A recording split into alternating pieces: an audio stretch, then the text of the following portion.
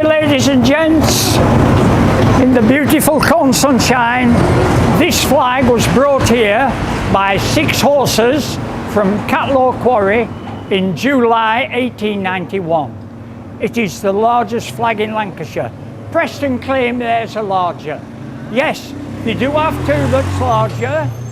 There's a cracked. This ain't cracked. This is just the same as what it was put down. 9 foot 10.5 inches by 9 foot 1.25 inches. Their weight is 2.5 ton and it is 11 inches deep. When the Queen came to Colne in 1955, wonderful day. I've met the Queen twice and she came to Colne in 55. This here was proud by 1.5 inch. Now they didn't want the Queen and the Duke of Edinburgh coming in and, you know, so 2 council workmen, and I can see them now, spent 2 days with a chisel and a little hammer, and you can see the marks there, and that's where they levelled it out. There were no machines to do it in them days, 1955, it was another world. So when it rains, you can see particularly where they chipped it all out and made it level for the Queen.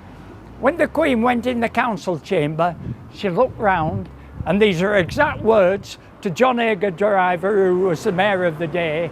She says, "What a wonderful building." So proud of that. Right, we're going now and look at the best stained glass in Colne. Right, we're now going to point out this wonderful stained glass window of the Colne coat of arms, the Royal Arms of, and what happened was, when this building was opened on Saturday, 12 o'clock noon on the 13th of January 1894, that was all blank. There was no coat of arms, because although Sam Catlaw, who we'll show you shortly, had designed this wonderful coat of arms, which I will tell you about in the council chamber, it hadn't been passed in time to put it into the building. It was devastated. And when I did the Jubilee for the Queen, I just mentioned it to Nathan and another councillor, and I said, it's still blank after all these years. And now, 130 years later, they got this wonderful one. I forget where it was. It might have been Barrowford, was it? Is Nathan here? No, I think he's left at speed. But it's such a beauty, and on a sunny day, you can see it so well. So we're very proud to have that put in our town hall after all them years, 130 years, and it's back, yes. Right, we'll go on the stairs now, we're going up. This wonderful painting here, full length, is our first councillor, first mayor, first alderman, and first freeman. There's his Freeman scroll. I'll be proud to say mine's a little bit larger than that, but he was a forerunner of Bonnie Colne. He was born in 1845, and you've been exactly where he was born, every one of you, I bet. If you go into Colne Library, Cider Ronnie used to call it the glass house, because whichever way you are, somebody can see you from outside. He didn't like that inside of Ronnie. He used to hide in the corner. Samuel Catlaw was born at number 6, Dockery Fold. And if you go to the bottom of the steps in the library, just as you're going up, that is where Dockery Fold was. And he was born there. Samuel Catlaw, a wonderful man, and he became the leader of the council, and he put Colne on the map in those days when it wouldn't be as easy to do as today. Of course, it was another world. It was Victoriana, and no motor cars in Colne then. The very first car was 1908, a Mercedes-Benz. And Sam Catlaw, he did get a car in later life, and he was only the 2nd person in Colne to get a motor car. This gent here is William Henry Varley. If anybody's been up Varley Street in Colne, that's where Duncan Broadley was mayor, number 19 Varley Street, and Varley Street is named after him. He was the mayor in Edwardian times, 1901-1903. These portraits, this is Robert Shaw, who had 6 mills. Has anybody read Song of Sunrise? Yeah. Or better known by the American one, Mills of Colne? Song of Sunrise, of course, is a wonderful song you'll never hear again. It's a sound of clog irons on flags, everybody going to the mills. There used to be 46 cotton mills in Colne. Today, zilch, nothing. They've all gone. Everyone's gone. But this man was a very wealthy man. He built Colne Hall, and this is where the co-op had the buildings, of course. When it was divvy day, the queue went right round down Linden Road, right along Brown Street East. There was be as many as 400 people collecting the divvy. When I started the co-op, Harrison Drive, in 1958, as a 15-year-old co-op grocer's boy, the divvy was 1 and 3 in the pound.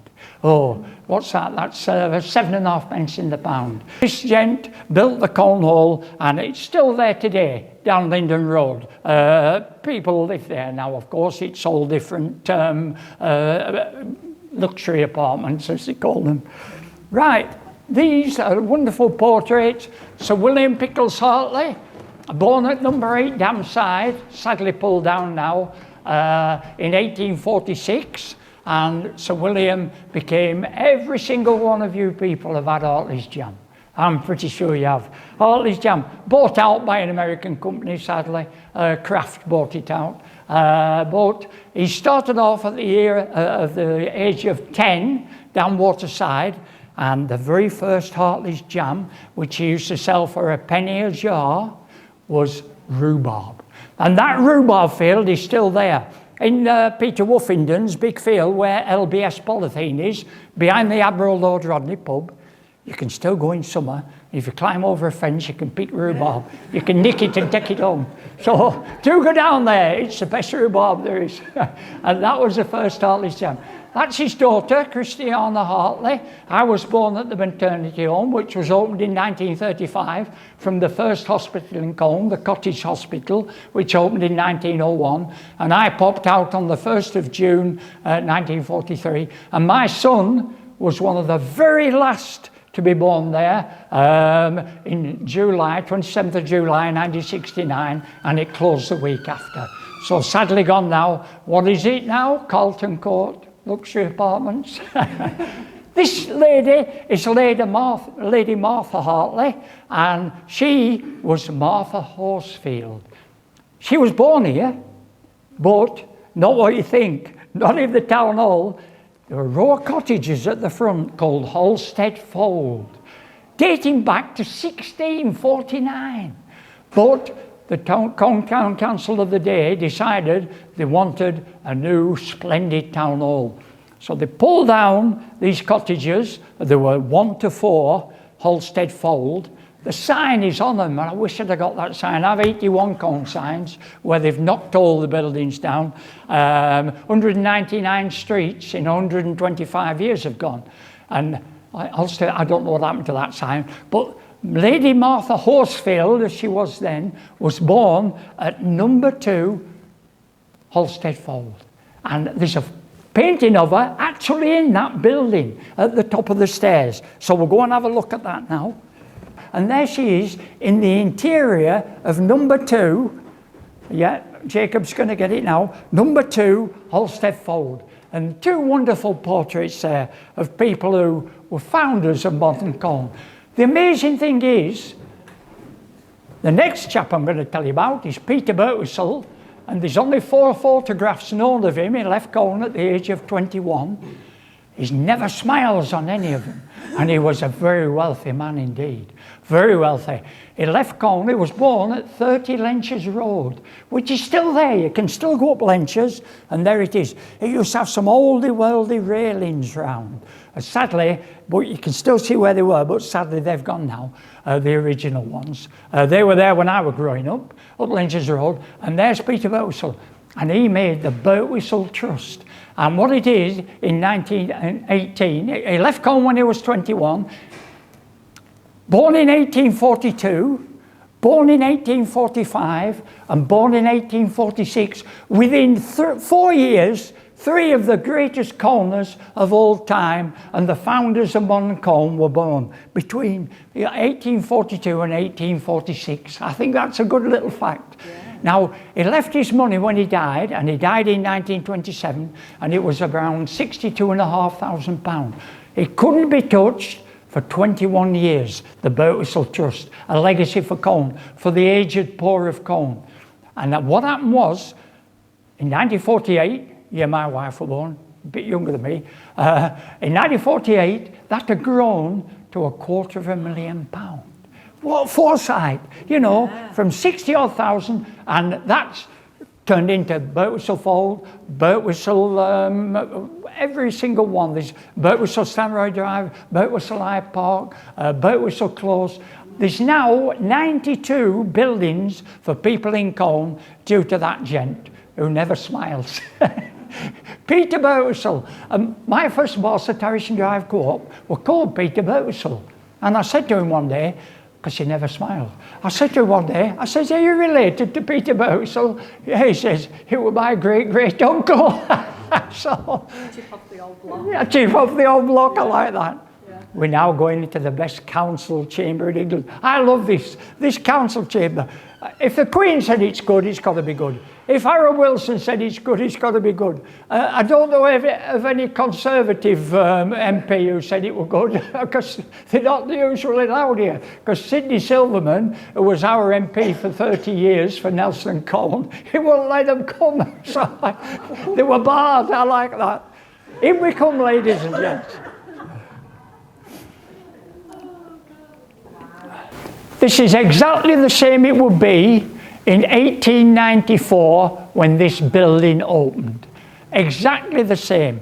Apart from the portraits, which of course of the first 8 mayors of Colne, and of course the first town clerk, Alfred Varley. Point out wool and cotton industries for Colne, and these are the original fittings, Victoriana. This building, look at the wonderful ceiling there. And these are some of the mayors of Colne, and they have the portraits paid for by themselves. This is Robinson Folds. Folds Road on Burnley Road. It's etched into the stone, was named after him, and he became a Freeman of Colne. This chap is Henry Hewitt Dean. If you've ever been in Colne Building Society down Albert Road, now Marsden Building Society, that was his home. It was called Providence House then. Henry Hewitt Dean. He has 2 names. Sometimes he went Henry Hewitt, and then when they were doing some backhand deals, it was Henry Hewitt Dean.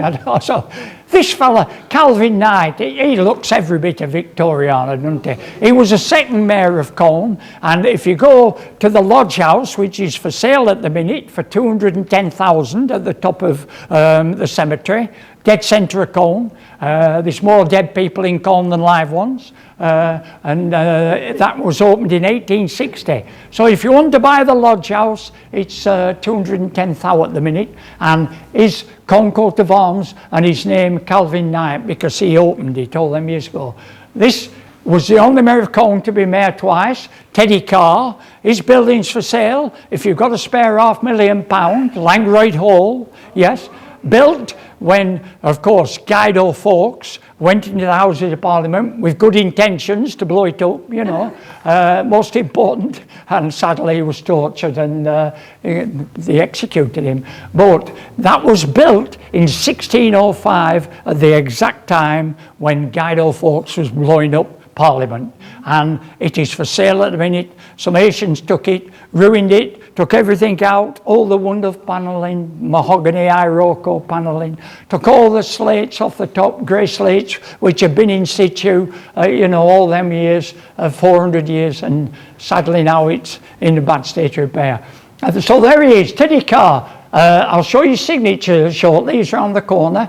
This is Alfred Varley, not the Varley from Varley Street, but he was a first town clerk. And then it was Lionel Aubrey Venables, whose daughter's still living, Peggy Catton. She's still living. She lives in Welling Garden City, very posh. When you talk to her, she says, I am posh, you know.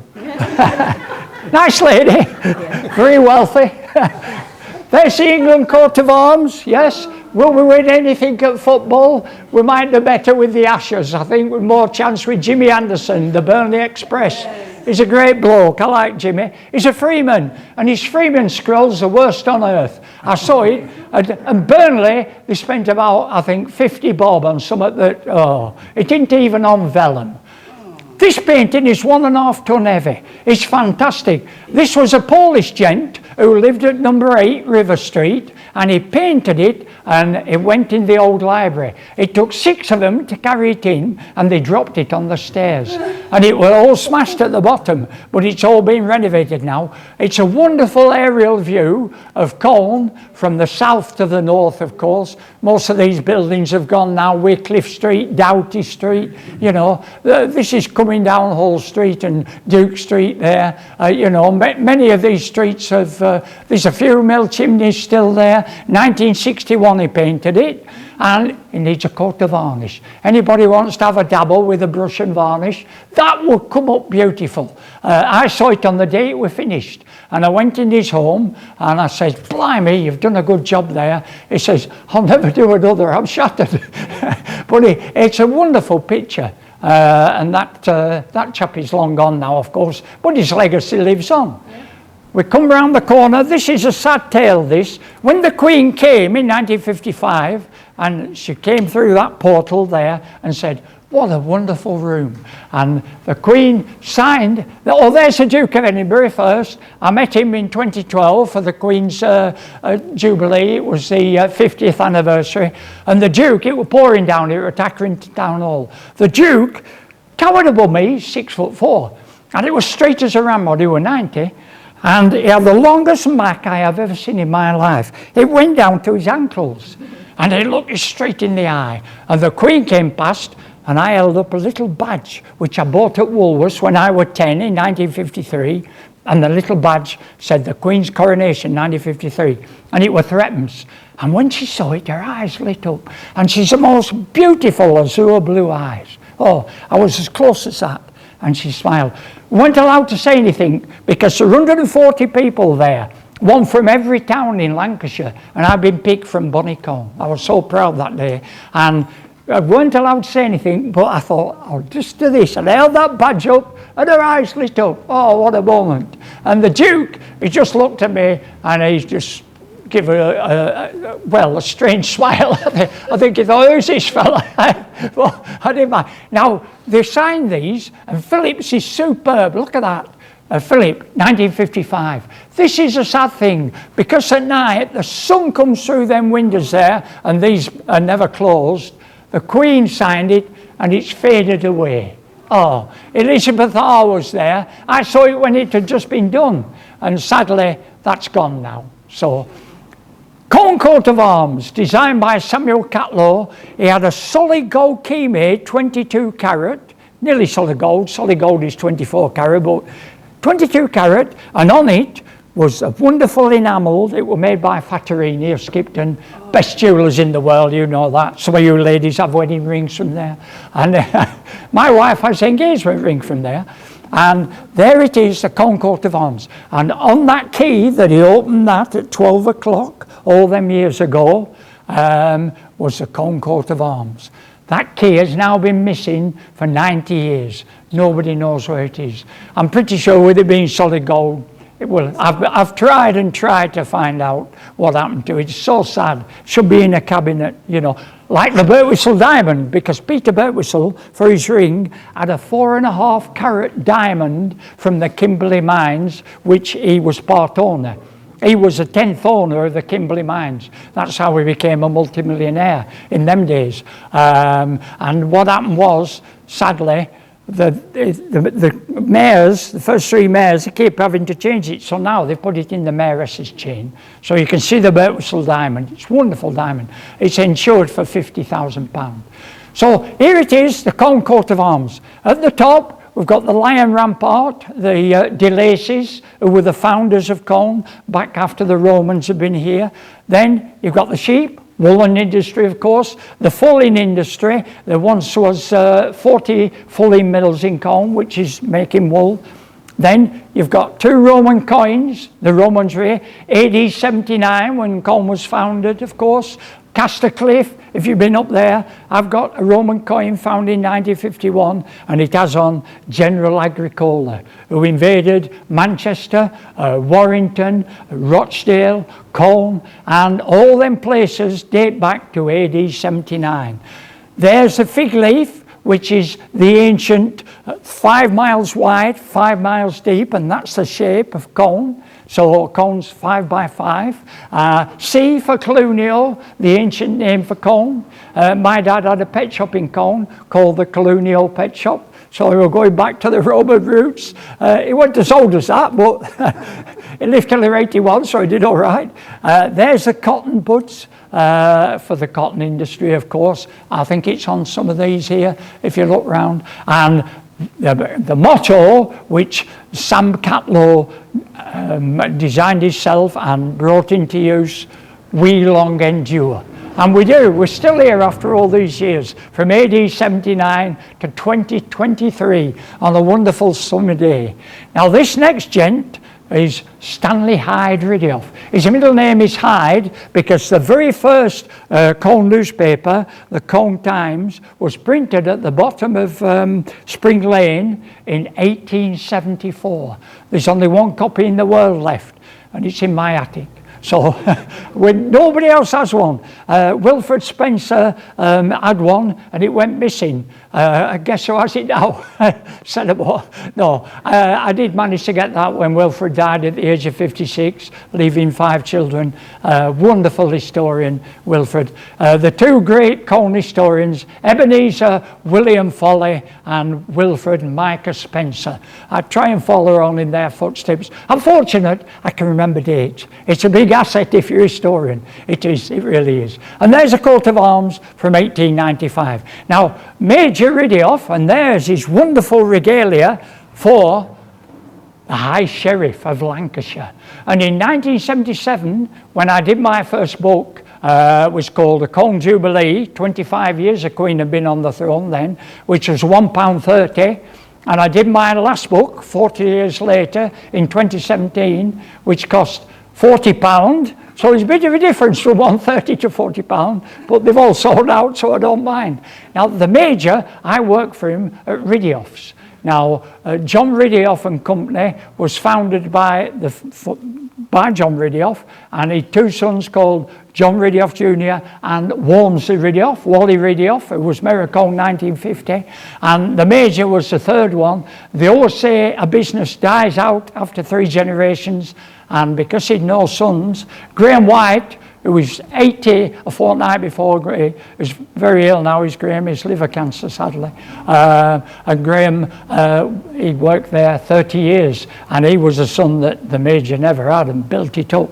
But eventually, of course, the greatest fire in Colne, which was on the 31st of July in 1966, it blazed away, and that fire, the whole of Colne turned out. They reckoned there were 22,000 people out that night. It was fantastic. Anthony McNulty was there taking photos. It was all coming down on him. It was a fantastic night. And the biggest payout ever in Colne for a fire, and they got in 1966 £180,000 and built it up to the Ridioffs it was, and then it's sold on now. I think it's Jewson now. I think it's gone over to them. So there's his regalia. Great fella. You had to call him the Major. I worked there for 8 years. I was an invoice clerk, checking everybody out with the timber. And when my daughter was due to be born in 1972, I went to the Major. I says, I'll have 2 children by the end of the week. My wife's expecting. I says, is there any chance of a rise?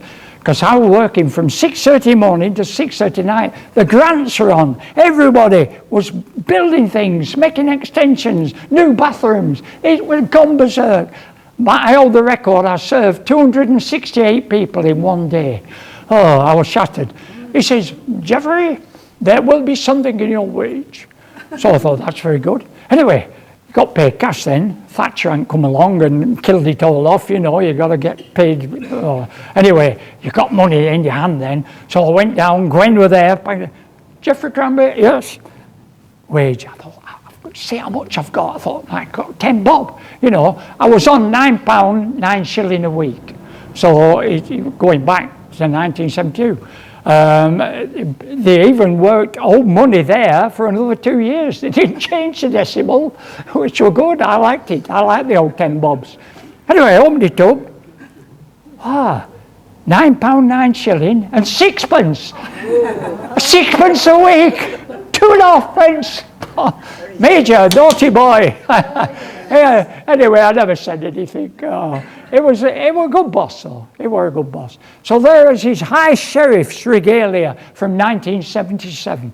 There's the woolen industry, of course. Of course, that's from the cotton industry and all these all local industry. Now, this fella, first of all, the Colne coat of arms. This was carved out by Thomas Folds, who was a joiner in Colne, and painted by Alan Exley OBE, who was a great character. He was the first person in the world to combine painting with decorating. It was the first one ever. It was down Colne, of course, down the top end of Albert Road near John Scott's. You remember John Scott? And where Dougie Platt used to sell his Northern Daily Telegraphs and Last Sport. Last Sport! You know, Dougie's gone now, you can't hear that anymore. But that's a wonderful representation. I do like that. We long endure.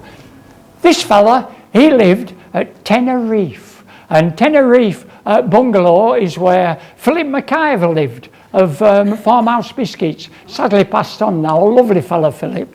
And that is Turner Hartley. And he welcomed the King to Colne in 1913, King George V, King Charles's great-granddad. And then Turner Hartley, why he called his house Tenerife, it was the first person in Lancashire to go to the Canary Isles.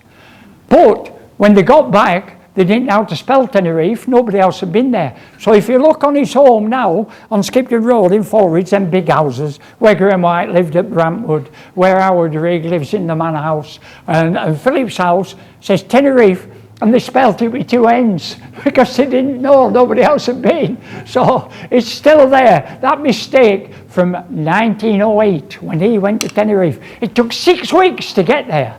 6 weeks, the Canary Isles, yeah. And Turner Hartley, the other royalty which had been in Colne, George VI and the Queen Mum of Colne, Queen Elizabeth in 1938, and then the Queen and Prince Philip in 1955. Charlie's due for a visit. I hope I'm still living when he comes.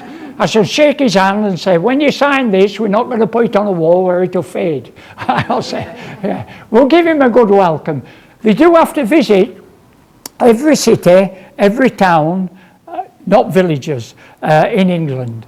They're supposed to do it within 2 years. Look at all this wonderful panelling. It's all in teak. There is some Iroko and mahogany further round. But I shall show you something now which is most interesting. All these mayors had the portraits painted. And what happened was, one mayor, John Smith, in 1909, couldn't afford. He came from, let's put it, the less well-off part of Colne. He lived over that side. So what happened was, I got this many years ago. I collect these mayor scrolls. When they've been mayor, every person who's on the council at the time signs a scroll, and then it goes up on the wall for the mayor, of course. Now, I bought this many years ago off Carl Britton, great character. If you want to buy a good watch, you know, Amigas, every watch you can think of is in Clitheroe, Carl. And this is signed with all the councillors of the day in 1909. So we had that put there, and then he's represented as one of the first 10 mayors of Colne.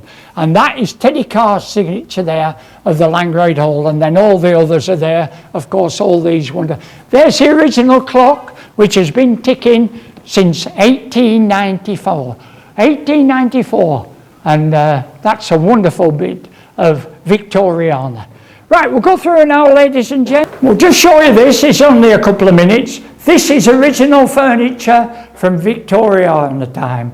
So, you know, you can see the quality, how they used to make. This is a wonderful teak table to weigh a ton. Oh, I can't lift it myself, even with half a finger missing. Yeah. Right, we'll go through and I'll show you the next room. These are used now for small meetings, small business meetings.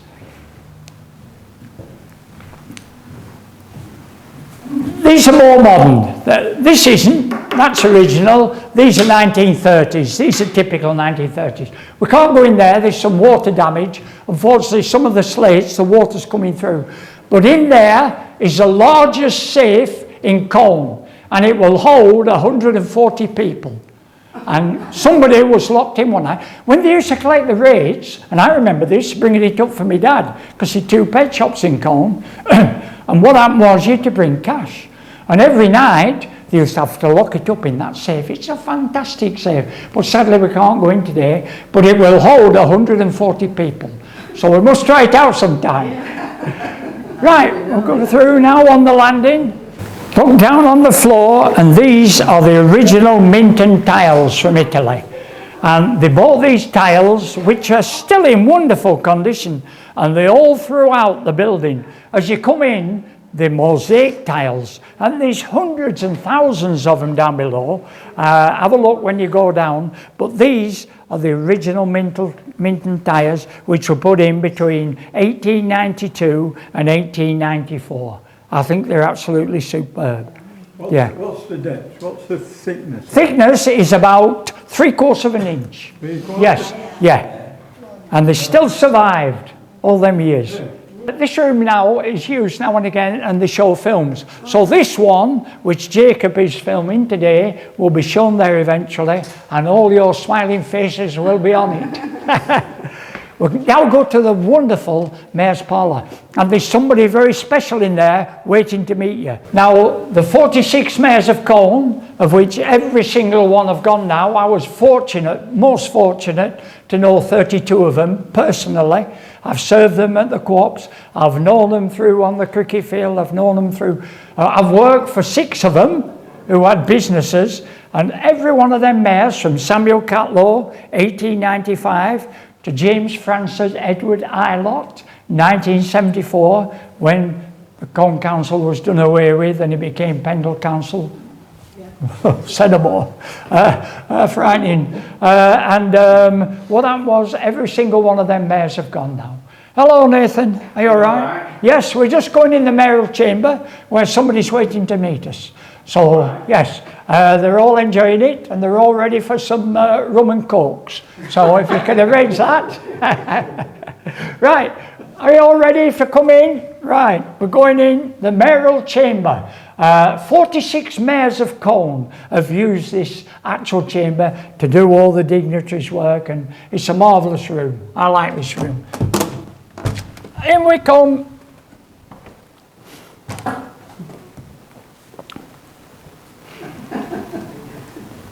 There he is waiting. I told you he was somebody important. In you come, everybody. Oh, it's John. He's made it before me. I asked him to come. I said, it's an important occasion. I said, his friends of Pendle Heritage are coming. I said, you've got to make it. Now, you can have your photo with him after. You know, get your mobile phones.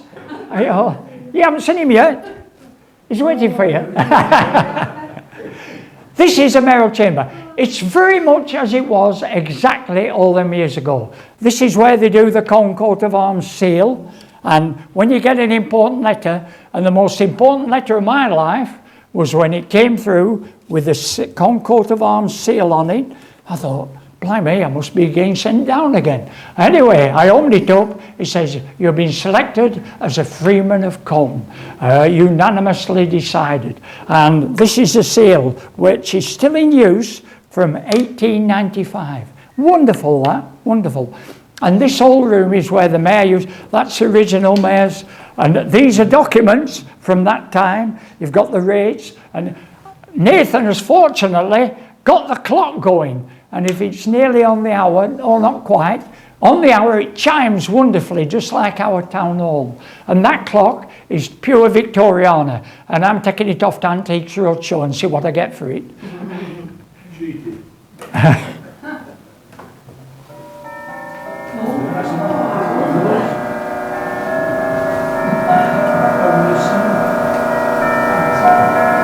Wonderful sound. The sound of Victoriana.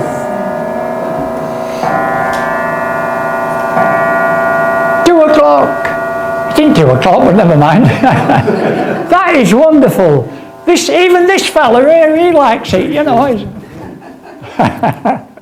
this room, it's like a step back in time. Sadly, some vandals, I think it was Brian Clark, broke that many years ago. So we're going to have to get that done. Nathan's going to do the honours one day, and we'll get that done. But sorry? 6'3", you know. I was, and 21 stone that is, yes. But dead at 55, I think all them pints. On his 50th birthday, he supped 30 pints. And he supped them in the King's Head from 11 o'clock in the morning till 11 o'clock the next day. They let him stay all night. He was legless. He was legless. A great character. And a good goalkeeper, a good cricketer, and a good boxer. Yeah. We have some exotica. This is what Nathan's cultivating. It'll end up in his garden shortly. These are the 2 Freeman scrolls. I said there were 14 Freeman of Colne, such wonderful people as Sir William Pickles Hartley, Christiana Hartley, you've got Ebenezer Foley, you've got Walmsley Ridioff, you've got the last Freeman of the old borough of Colne, Frank Wilson, who we did a film in 1988 called We Long Endure. And in it, we were being filmed by the Pendle movie makers, and I had characters in it, Sam Ansell, I had Noel Wilde, editor of the Colne Times, and I had Frank Wilson, who was alderman, freeman, mayor, he'd done everything. And I said to him, I said, Mr. Wilson, why you and your compatriots on the council let so many buildings being demolished in 1950s and 60s, Alkin Coates Hall, Emmett Hall, the Cloth Hall, a wonderful building. He said, Geoff, we knew no better. What an epitaph. They didn't know in them days what we had, all them wonderful buildings. 116 buildings went from 1901 to 1971. All gone. Wonderful Georgian mansions. I mean, Sarah Coburn Price, who you all know well, she lives in the best house in Colne, of course, Hayroyd House. 1777 on the downspouts. Wonderful building, and all the others have gone now. So the Freeman, 14 of the old Colne Council, 2 of the new council, and there, Stephen Burke MBE, who was made in 2016 after he came back from the Olympics. I think he's at least 4 gold medals. I think he's 3 silver and 2 bronze. He's a wonderful Olympian. When people ask me, who were the Freeman of Colne? I name all the 12 off, which I can remember them all. I won't say them now, I'll only bore you. And then I say, there's 2 new Freemen now of the town of Colne. It isn't Borough of Colne now, it's Colne Town Council. I said, one's a mighty Olympian and the other's a walking antique. So guess which is which. Yeah. So that's it. I was saying to Nathan earlier, they haven't been signed. We need the chairman and the town clerk to sign. Even mine ain't signed though. How naughty. So we'll have to get somebody to sign it. Nathan might do it, you know, he might just give it to... Yeah, so this is the mayor's chamber. It's a wonderful, you know, when you think of the history that's gone on in here, from Sam Catlow, that's the actual seat. That is the seat. You can sit in it after. These are all the original. There's the rate, and there's the original seal, the official Colne seal. And in this here, we have all the original artifacts from Victorian times. Wages, Parks Department, probably paid 10 shillings a week in them days. Yeah, another world. And it's so good that this building is preserved today. I'm so proud to take you around today. And we'll now do what Sam Catlow did all them years ago at 12 o'clock, as you open those doors with that key. And all the council were there, 20 councillors. He was the first mayor, of course. And he stood at the door there and he said to everybody, the Borough of Colne is now in situ. Let us give 3 cheers for Colne. Hip hip, hooray! Hip hip, hooray! Hip hip, hooray! Thank you very much, ladies and gentlemen.